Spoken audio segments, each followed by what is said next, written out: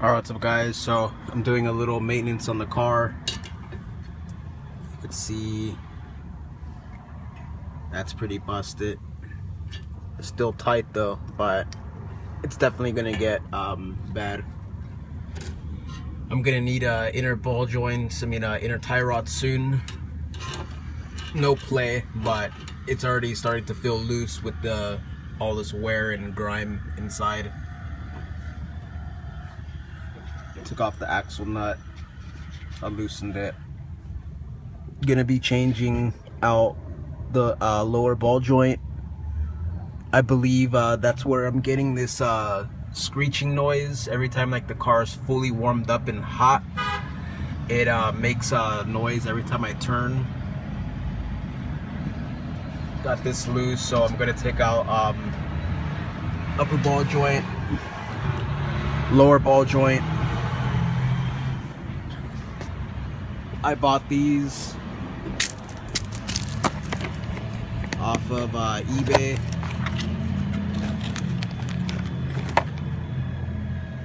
They look pretty good. Comes with the cotter pin and a Zerk fitting, but the one thing I already see is that with the axle in the way, I don't even know if a Zerk fitting will fit in there between the axle, but we'll just have to see. There's the rest of it. There's a cotter pin, C-clip, or whatever you call that. But yeah. So, these ball joints are actually known for coming loose. Like the actual pin will come out the socket, or the kingpin, or whatever. The tapered part, right. And you're probably not even gonna get a good, yeah, this one right here, it comes out and it completely separates, and your wheel can possibly go through your fender, rip your hood up, pull your bumper out, lose control. I've actually known people that lost control, ended up in a ditch because of their bottom ball joint coming loose. And I guess Hondas are just a smaller design, but it could pretty much happen to anything, you know, like a double wishbone, where it's a bottom ball joint and an upper ball joint, because there's the full load of the car is basically on the bottom ball joint, with having your shock supporting the bottom A-arm. But if it's a McPherson type of strut, all of the force is on top of the strut or the shock of a McPherson, so it's not likely to happen with those. But yeah, so I'm gonna take out this whole piece and put in the ball joint, and let's see if I could get this screeching away, because I was gonna change the upper control arms. I took everything off and I inspected them, and the boots are actually not that bad, and they are very, very tight. This ball joint is very tight, and all the bushings are tight, so this stuff is OEM and it's solid. So I'm looking at this and something looks wrong here. Like,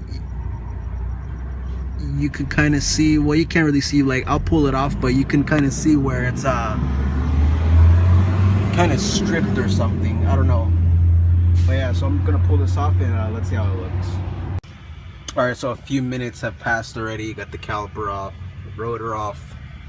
You can see how this is nicely munched up right here, but I gotta find another one of these. But yeah, so I got it off. Took a couple hits, finally came off. I'm gonna take off the axle outside and let's see the condition of this ball joint. I'm hoping that there's a lot of play, so that could be the issue, but if it's pretty tight, since I'm in this deep already, I'm gonna replace it because I just don't trust it. But yeah. Alright, so keep in mind that the reason why this looks so beat up is because this spindle also on the driver's side is not original. What had happened was when I got the car, the axles were completely blown, and obviously that's not gonna, you know, detour me away from the purchase. But these splines were literally fused inside of here. I tried everything possible and I couldn't get it out, and I ended up mushrooming this so it could no longer go through that. So I got this off of a DC2 in the junkyard, and yeah. But the good news is, oh, and I had replaced this ball joint before because the car that I got it off, it was already worn and loose already. But the good news is that when I pull this, okay, well I can't do it right now, like, because I'm holding the camera, but when I pull this, I could actually feel that it's like real dry, and it's metal to metal every time I put it back and forward. So definitely the grease in here is gone, and it's basically you know how like a bearing, when it goes bad, it's just, you know, all over the place. It's yeah, it's pretty messed up. So I'm gonna pull it out. All right, now check that out. Yep. That's what I was talking about. It's just completely dry in there. I don't know if I can get this thing to focus, but yeah. Well, yeah, there you go. So this thing's shot. It's crazy. This was a $20 AutoZone replacement. The good thing is that it just started seizing, so it was just like a metal to metal screeching noise, and then like this backing plate would just resonate and everything and make like a raspy screech basically. And it's a good thing that it just seized instead of pulling out, because like I said, this pin right here can pull out because the whole car, a ton, is resting on this, and it's constantly pulling with the weight of the car. And if this gets out of this socket, you're gonna fly off the highway, definitely, because the car's just gonna bottom out and your wheel's gonna shoot up, like I said. So yeah, so check your ball joints. This is the most vital part in the front due to the double wishbone suspension. Like I said, the McPherson type, and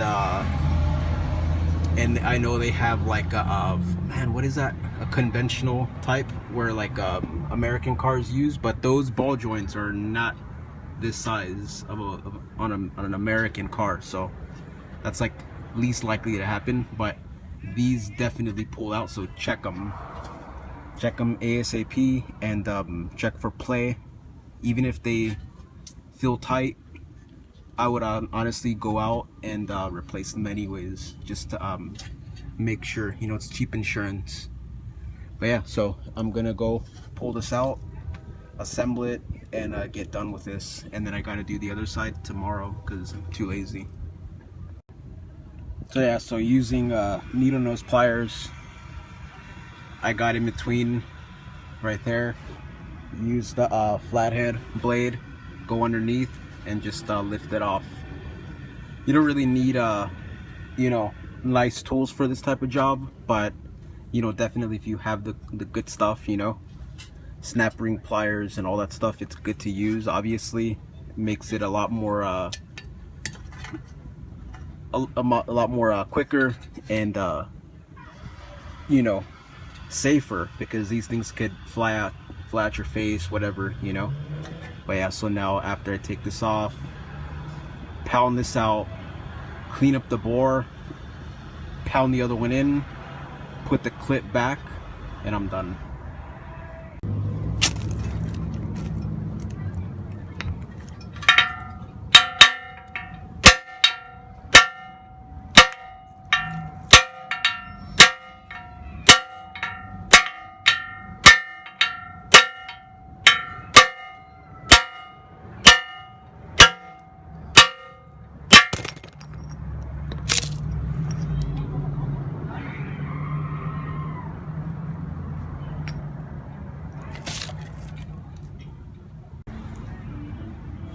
Finally got that Zerk fitting in.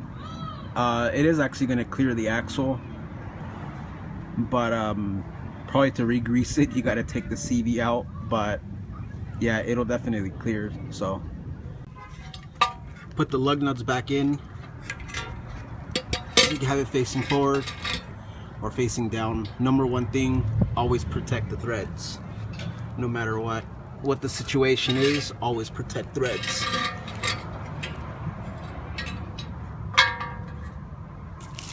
Socket.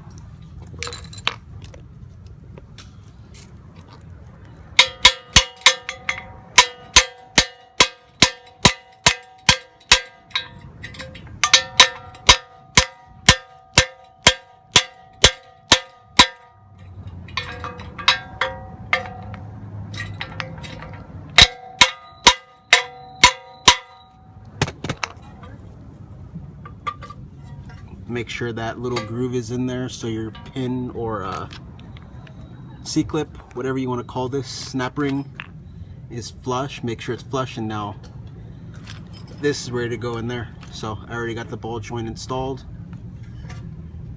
Doesn't move, it's so tight, but it's new, so yeah. Let me put this ring in there. So in order to put the snap ring in, I had to take off the boot because it was too big. So now I gotta reinstall this piece. But yeah, so probably a good tip for somebody who's doing this. Oh, and this splash guard right here, I'm gonna end up just taking it off altogether, because with the bigger rotor, it's just too much hassle trying to bend it into place, like not have it interfere. So I'm most likely just gonna take this off. But yeah, so now it's time to put this boot. Alright, so I finally got the backing plate off. That's what's left of it right there. Keep in mind, since I do have the bigger brakes, I've been having to deal with this thing rubbing on like a monthly basis, because you know, the metal likes to start to come this way, then it goes that way. But since I replaced the bottom ball joint, I just took this off just to get it all out of the way, kill two birds with one stone. So now I'm not gonna have to deal with that anymore. But yeah, but believe it or not, like, since the screws are behind here, you can't really take it off. I had to like rip it off little by little and cut it with a sharp chisel. Taking off this backing plate or splash shield took longer than the actual ball joint itself. Can you believe that?